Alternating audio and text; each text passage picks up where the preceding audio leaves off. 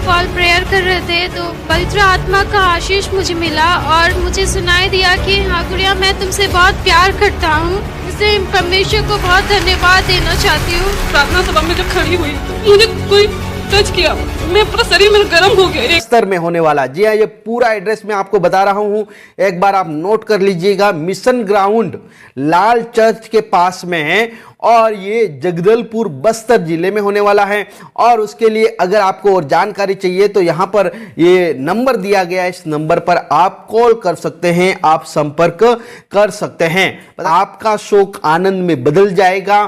Bless Bastar प्रार्थना महोत्सव जगदलपुर, जी हां, नवंबर 2024 8 से। हमारे देश की इकोनॉमी डाउन होगी, आर्थिक तंगी आएगी यूएसए में, वहां के राष्ट्रपति को हटाने के लिए बातें चल पड़ेंगी, प्रॉब्लम्स आएंगी। एक देश ऐसा बम गिरेगा, तबाह हो जाएगा।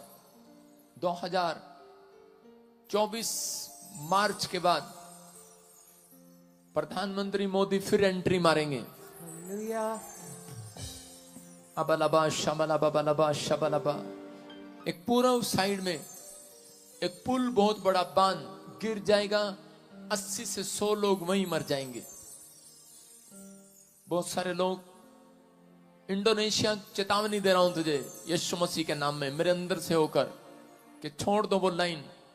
परमेश्वर का आत्मा आगाह कर रहा है। चाइना मजबूत होने की स्थिति में हो जाएगा। चीन और यूएसए का मुंह लाल हो जाएगा। इसका मतलब है कि मैंने देखा दर्शन में कि वो लाल हो रहे हैं, पीले हो रहे हैं, काले हो रहे हैं, क्योंकि वो लड़ रहे हैं आपस में और काफी प्रॉब्लम्स को उन्हें झेलना पड़ेगा। जो स्पिरिचुअल का नाटक करते हैं, अंदर कुछ और बाहर कुछ, प्रॉब्लम्स आएंगी। मैं प्रार्थना कर रहा था, मैंने देखा अमिताभ बच्चन जी हॉस्पिटल में चले गए। मैंने पहले भी बोला था आपको 2022 में, फिर कह रहा हूं कुछ प्रॉब्लम आई है, आप दुआ करें, मैं इससे ज्यादा कुछ नहीं बोलूंगा। अबलबा शबलबा बलबा शबलबा। बेनहीन क्यों, पास्टर बेनहीन को आप जानते हैं, बुजुर्ग हो गए। मैं क्यों कह रहा हूं मुझे नहीं पता, लेकिन परमेश्वर उनके लिए भी दुआ करने के लिए बोल रहा है।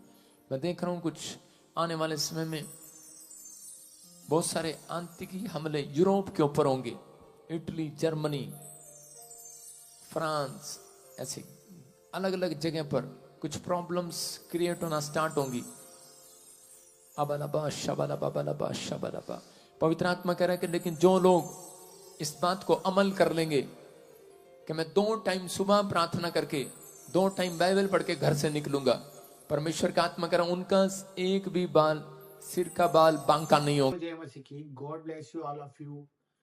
प्यारे परमेश्वर के प्यारे बच्चों, आज मैं आपके पास परमेश्वर के उस ध्यान देने वाली बातों के ऊपर गौर करना चाहता हूँ जो आप लोग जानते भी हैं, परंतु वो चीज हमें दिखती नहीं है।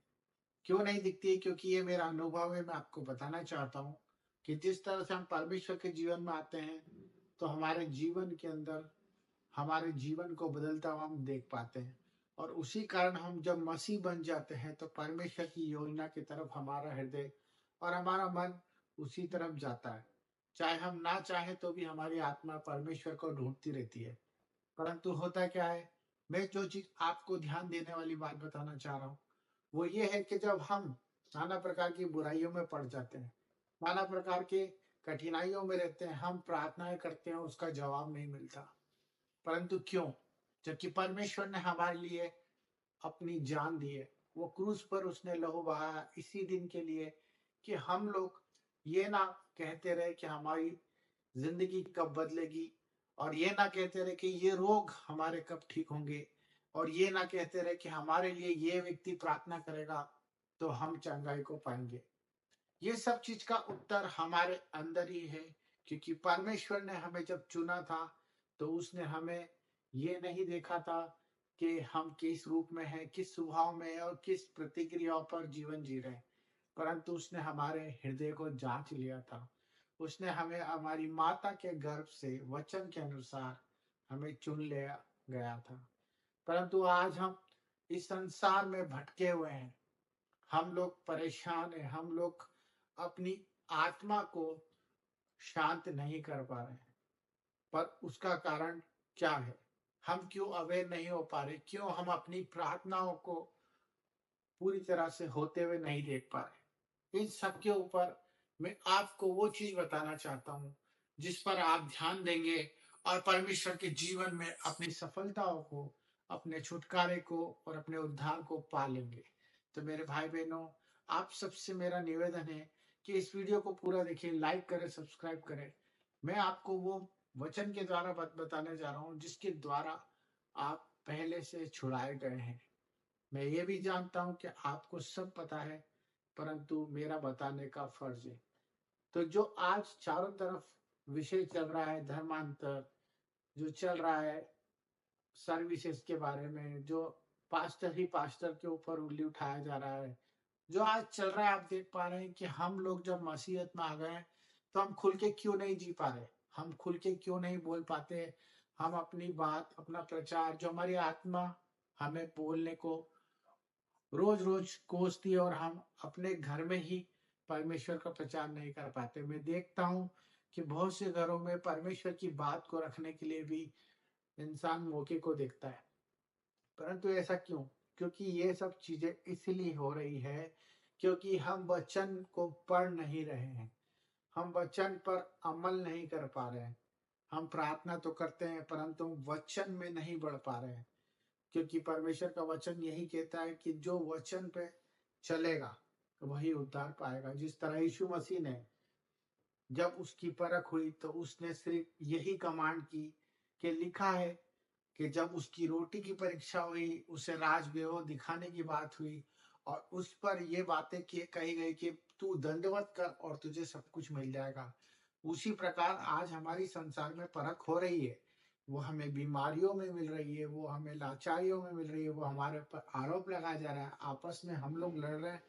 ये सब एक ही चीज का उदाहरण है कि हम अपना उद्धार क्यों नहीं पा रहे, क्योंकि हम वचन पर कमांड नहीं कर पा रहे। हमें वचन को सुनना भी है और वचन को बोलना भी है। हमें सुनने वाले कान तैयार करना है और देखने वाली आंखें। हमें बोलने वाला जीव जो हमारे वचन के ऊपर और हमारे परमेश्वर की हर एक बात को सुनता है और परमेश्वर की हर बात को कहने वाला हो।